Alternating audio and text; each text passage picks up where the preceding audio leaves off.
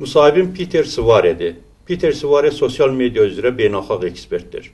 Studiyamıza xoş gəlibsiniz. Welcome to our studio. Thank you.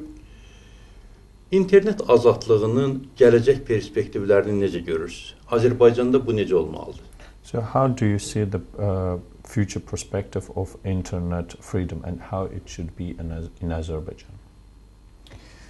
Well, that's a very big question, and I mean, the internet is basically it's a fantastic tool for freedom and to create freedom, because it's a way where everybody can talk to each other and you can go around established media. So if you are in a country where the media is very government controlled or controlled by big companies and money or whatever it can be, the internet is fantastic because everybody can talk to each other. And that's what we've seen in the Middle Eastern countries, revolutions happening because of the internet, etc. But you want to translate or? Əslində bu çox böyük bir sualdır. İnternet çox gözəl bir vasitədir. Azadlığın təmin olunması üçün çox gözəl bir vasitədir. İnsanların bir-biri ilə danışması üçün çox gözəl bir ünsiyyət vasitəsidir. Xüsusilə də siyasi rejimləri çətin olan ölkələrdə insanların bir-biri ilə əlaqə saxlaması üçün və məlumat mübadiləsi üçün çox gözəl bir ünsiyyət vasitəsidir və eyni zamanda bu vasitədən istifadə edərək bir çox ölkələrdə, o cümlədən yaxın şərq ölkələrində inqilablara səbəb olmuşdur. So what I think what we are unfortunately seeing now on the internet is that we're seeing some kind of a backlash where maybe the activists, the anti-authoritarian activists, were ahead of regimes around the world, but now the regimes are beginning to catch up. They're understanding something. They looked at what happened in Egypt and in the Middle East, and they're now understanding we need to be part of this. So now they've started to put surveillance on the internet and crack down on what's happening on the internet, because they've understood that this is real, and that's creating some real problems. Aktivistlər, internet aktivistləri avtoritar rejimlərdən bir addım irəli idilər. Amma indi isə avtoritar rejimlər çalışırlar ki, bu aktivistlərlə, internet aktivistləri ilə ayaqlaşsınlar. Xüsusilə də bu yaxın şərqdəki hadisələrdən sonra avtoritar rejimlər çalışırlar ki, internet istifadəsində də irəli getsinlər. Necə olmalıdır? Yəni, bir var avtoritar rejimlər, bir var internet azadlığı. İnsanlar internetdə öz fikirlərini müxtəlif ölkələrdən azad şəkildə bildirirlər. Amma avtoritar rejimlər də buna qarşıdır. Yəni, bu bir-birinə ziddiyyət təşkil etmirmi? So there are authoritarian regimes and internet freedom, and the people wants to share their information, their knowledge through the internet freely, but the authoritarian regime tries to stop it. Isn't it a clash of two systems? Yes, I mean, it's very much a clash of two systems, and I mean, it's people tend to see the internet as sometimes just as a good thing and just as something that creates freedom. People look at what happened in the Middle East and they say Twitter is fantastic because Twitter created what happened in Egypt and etc. But the internet is just a tool. It's just like the telephone or the fax machine. It's just a tool. It can go. You can use it both ways. So activists can use it to meet in the Tahrir Square or wherever they want to meet. But the authoritarian regimes can also use the internet as a tool to kind of snoop on what people are doing. They can go to their Facebook profiles. They can find out where people live. They can see where they post from. They can get a lot of information from the internet. So the internet is, in that sense, it's definitely very much a two-edged sword. Bunu iki tərəfli xəncərlə müqayisə eləmək olar. Bir tərəfdən internet çox yaxşı bir vasitədir və internetdən istifadə eləyərək Misirdə və ya digər ölkələr, yaxın şərq ölkələrində baş verdiyini şahidi olduq. İnsanlar internetdən, xüsusilə də Twitterdən istifadə eləyərək hansı meydanlarda toplaşacağını, hansı fəaliyyət tədbirlərini həyata keçirəcəklərini müzakirə edirdilər. Amma artıq hökumət də bu internetdən istifadə edərək insanlar, yəni aktivistlər barədə məlumatlar toplaya bilirlər, onların harada yaşadıqlarını və onların gələcək planlarının nədən ibarət olduğunu müəyyənləşdirə bilirlər. Amma maraqlı cəhətlərdən biri də budur ki, doğrudur, kütlələr daha çox istifadə edir. Məsələn, Almaniyada prezidentin istifasına səbəb olan bir məqam var idi ki, internet müzakirələri oldu. Türkiyədə müxalif partiyanın rəhbəri internetdə yayılan video kadrlara görə istifaya getdi. Yəni, belə təzadlı məqamlar da olur. Buna necə baxırsınız? In internet, there are also contradictive events or things happening. For example, in Germany, there was an incident that caused the president to resign. The opposition party had to resign due to the internet information that was spread. So what do you think about these contradictions in the internet? I mean, well, those things is basically what it's all about, is that on the internet you don't have the same degree of control over information as you had before. So whereas the German government or whoever it is, they were used to being able to, when they wanted to send out a message, they could use the newspaper or the radio or television, and they were pretty much in control of what was happening there. But suddenly an agenda can arise from the internet and become very big without you having control over it. And that is the big thing about social media, and that's what I usually say is the interesting thing about social media and the internet, is not that it's a new medium. The interesting thing about the internet is that it's created a medium of all of us. We've all become media. So you're a media, I'm a media, you're a media. Everybody is a medium, and so we're all able to communicate. And sometimes these people get a voice that is big enough to topple a government or whatever it could be. Əvvəllər hökumətlər mediada yayılan məlumatlara nəzarət eləyə bilirdilər. Almaniya hökuməti hər hansı bir ismarıc Alman hökuməti olsun və yaxud da digər hər hansı bir hökumətlər olsun, onlar hər hansı bir ismarıcı göndərmək istədikdə, insanlara ismarıc çatdırmaq istədikdə, onlar televiziyadan istifadə edirlər, qəzetlərdən istifadə edirlər və yaxud da digər ənənəvi media mənbələrindən istifadə edirlər. Amma internetdə artıq onlar nəzarət eləyə bilmirlər və istənilən mövzu sosial medianın gündəminə gələ bilər və sosial medianın inkişafı ilə hər birimiz, siz, mən və digər hər bir şəxs media nümayəndəsinə çevrilmişdir. Ən maraqlı cəhətlərdən biri odur ki, artıq bu sosial medialar həbsxanalara, hətta insanların asıldığı, güllələndiyi o dar kameralara qədər sirayət edib gedibdir. Məsələn, Səddam Hüseynin dar ağacından asılması belə sosial medialarda böyük səs-küy yaratdı. Belə aşkarlıq şəraiti siyasi rejimlərə nə gətirə bilər? So social media finds its way to the prison, to the places where the people executed, for example, is the execution of the former Iraqi president that was shown in social media. Such an openness, what results it can have? Well, I mean, the most obvious result is that it becomes very difficult for governments and for power institutions to orchestrate their communication.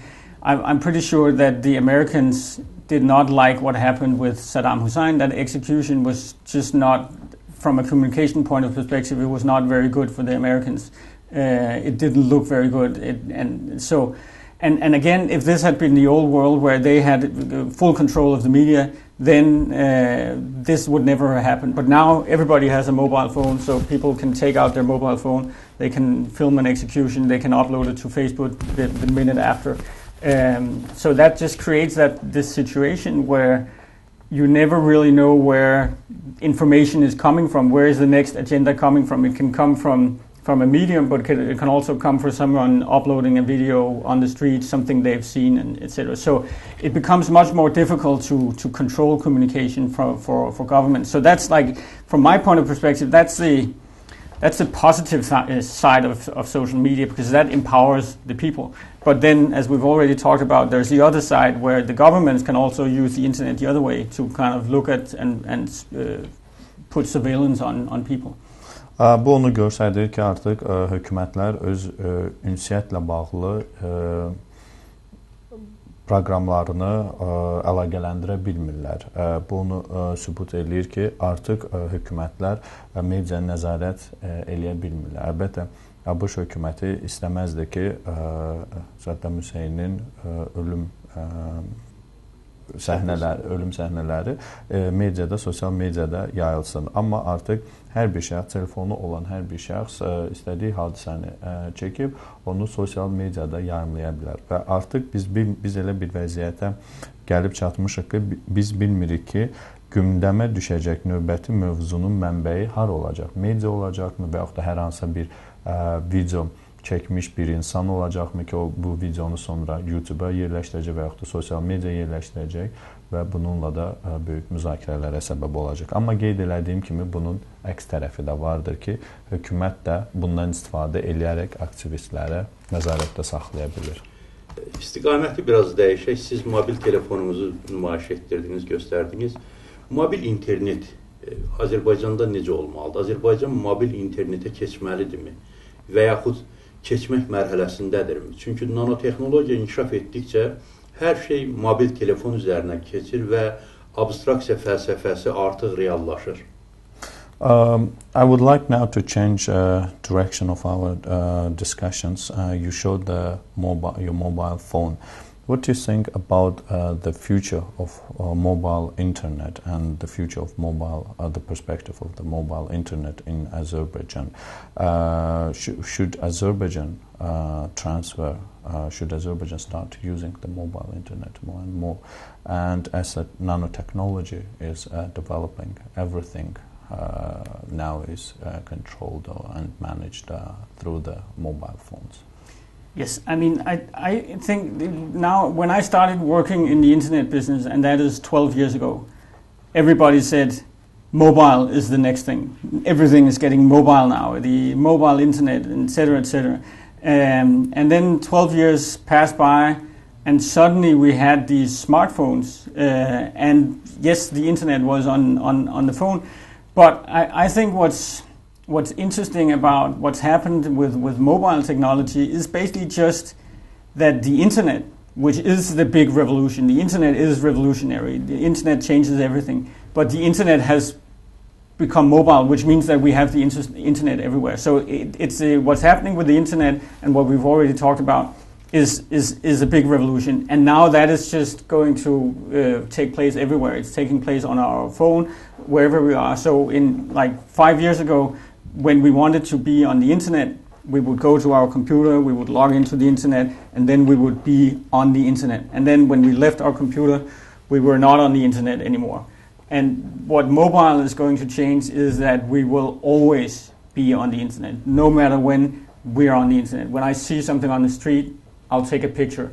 I'll take a picture of you, I'll put it on Facebook. I'm always on the internet. And that's the big difference, that our entire life becomes part of the internet. But the things that we do on the internet, I think, are pretty much the same things as we did on our computer. There are, of course, slight differences because, I mean, taking pictures in the street and everything, all of that is a little different.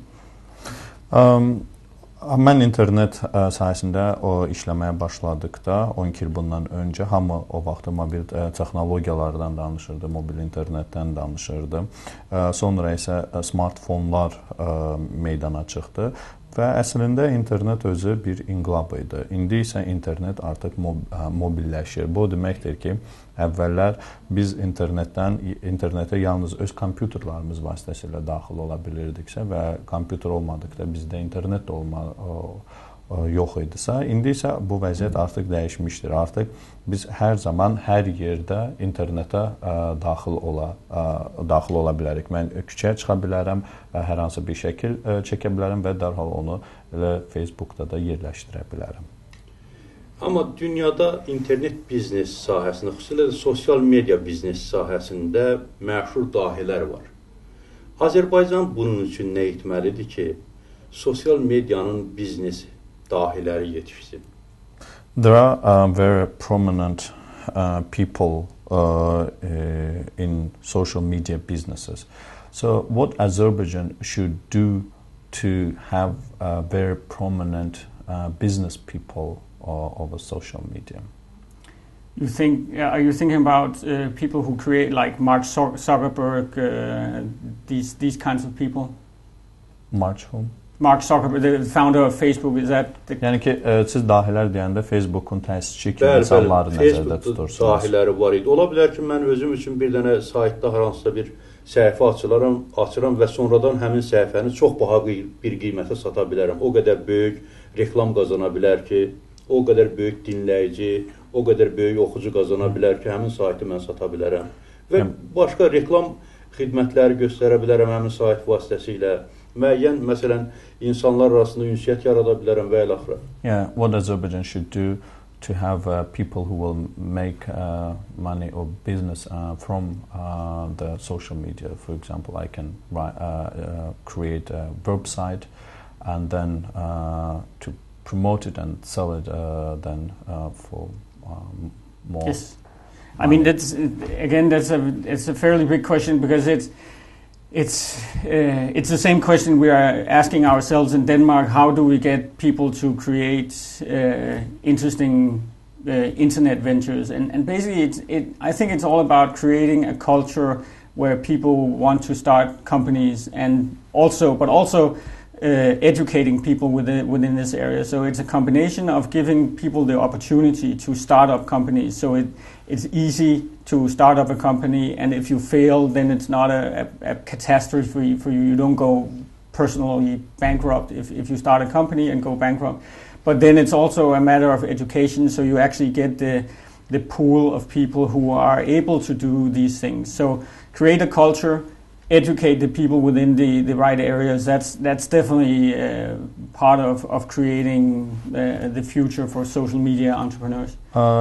Danimarkada da biz çalışırıq ki, bu sualın cavabını tapaq ki, necə edək ki, insanlar müxtəlif internet şirkətləri yaratsınlar və bununla da öz işlərini qurmuş olsunlar. Bunun üçün iki şərt lazımdır. Birinci, düzgün şərait yaratmaq lazımdır ki, insanlar internet şirkətləri yaratsınlar və onlar müflisləşəcəyindən qorxmasınlar ki, onlar internet şirkəti yaratdılar və bu uğurlu olmadı deyənə onlar müflisləşə bilərlər.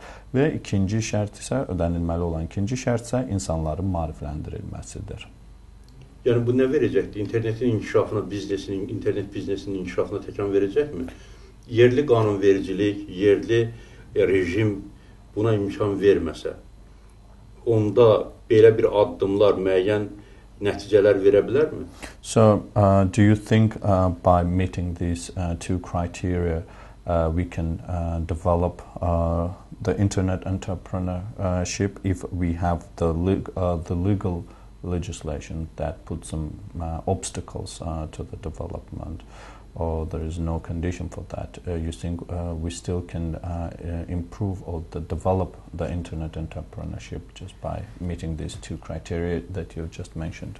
Yes, I mean, definitely if you have those criteria, the right culture for startups and educated people, then you have a very good foundation for creating internet entrepreneurs. But it's not easy. I mean, education you can educate people, and that's fairly easy. But it also takes a lot of years. If you make this decision now, then it'll take probably 10 years before you have the right people. And the other part about creating the culture of entrepreneurship is a whole different ballgame, because that's where you need to change people's minds and the way you think and the way you do business. You have to. I mean, young people have to understand that it's fun and potentially profitable to start a company, and also not too hard, and you don't go bankrupt and all those things. And I mean, in Denmark, we don't have that culture. We are struggling to develop that culture because we are very much a government society where most initiative comes from the government, not from the private sector. And so we are struggling with this, and it's happening, but it's happening very slowly. And I could imagine that Azerbaijan could have some of the same problems as we are facing there, also being a former Soviet republic and everything. So you know what a government system means. Düşünürəm ki, bu iki meyarı, iki şərti ödəməklə biz internet şirkətlərinin əsasını qoya bilərik. Birinci maarifləndirməklə, əlbəttə insanları maarifləndirmək asan ola bilər, amma bunun üçün çoxlu vaxt lazımdır. Şərait yaratmaq dedikdə isə biz müxtəlif aspektləri nəzərdə tuturuq. İnsanların düşüncə tərzini də dəyişmək lazımdır.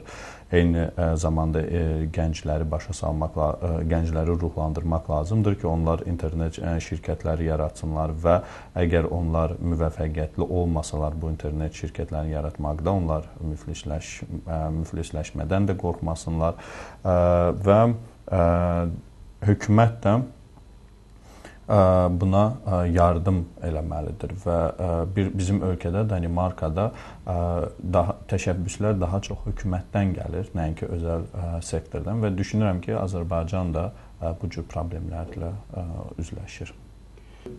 İnternet azadlığı artdıqca terrorizmə cəhdlər də artır.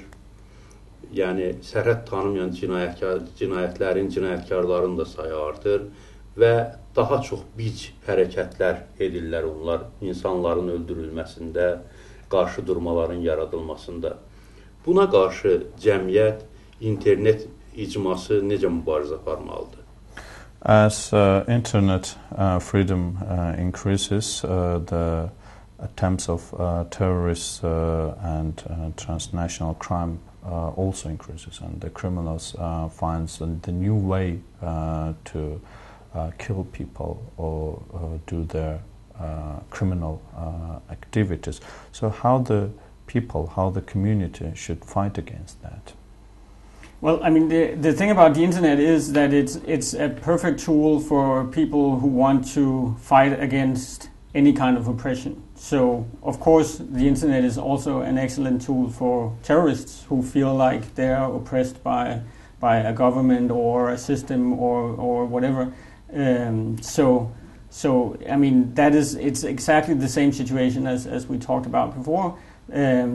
So I mean, how are you going to fight against it? I don't think you really can fight against it. Of course you can. I mean, the CIA can again put surveillance on terrorist groups and whatever, and you can use the internet for that. But it's basically the fight against terrorism is also, as it takes place in the real world, but it also takes place on the internet. A whole other thing, of course, is the fact that the internet itself is also becoming a target for terrorism. There's been this case of a virus which has been going around in Israel and Iran and the Middle East, and people suspect that this virus was created by a government. Now we are actually seeing that people, especially in large parts of the Western world, are so dependent on the internet that if the internet breaks down, their lives break down. So one of the worst terrorist attacks today would be to kill people's Facebook, and people would, I mean, a lot of people wouldn't know what they should do without their Facebook today. İnternet vasitəsi qeyd elədi ki, təzyiq göstərən rejimlərlə mübarizə aparmaq üçün çox gözəl bir vasitədir. Amma internetdən terrorçular da istifadə edirlər öz məqsədləri üçün və düşünürəm ki, internetdən istifadə edən terrorçulara qarşı səmərəli mübarizə üsulu yoxdur. Əlbəttə ki, Amerikanın kəşfiyyat orqanları terrorçuları müşahidədə saxlaya bilərlər, internetə nəzarət edə bilərlər, amma bu elə də bir səmərə verməyəcək və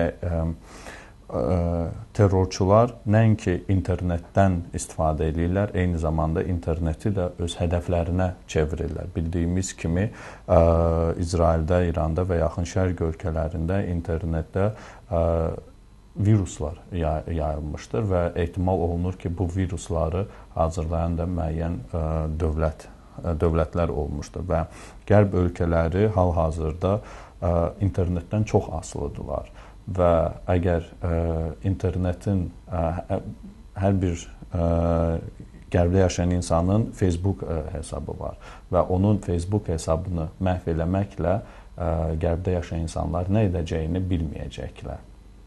Çox sağ olun, studiyamıza gəldiyinizə görə təşəkkür edirəm. Thank you very much for coming to our studio. Appreciate that. Thank you. Bugünkü qonağım PİTER Svare idi. Sağ olun.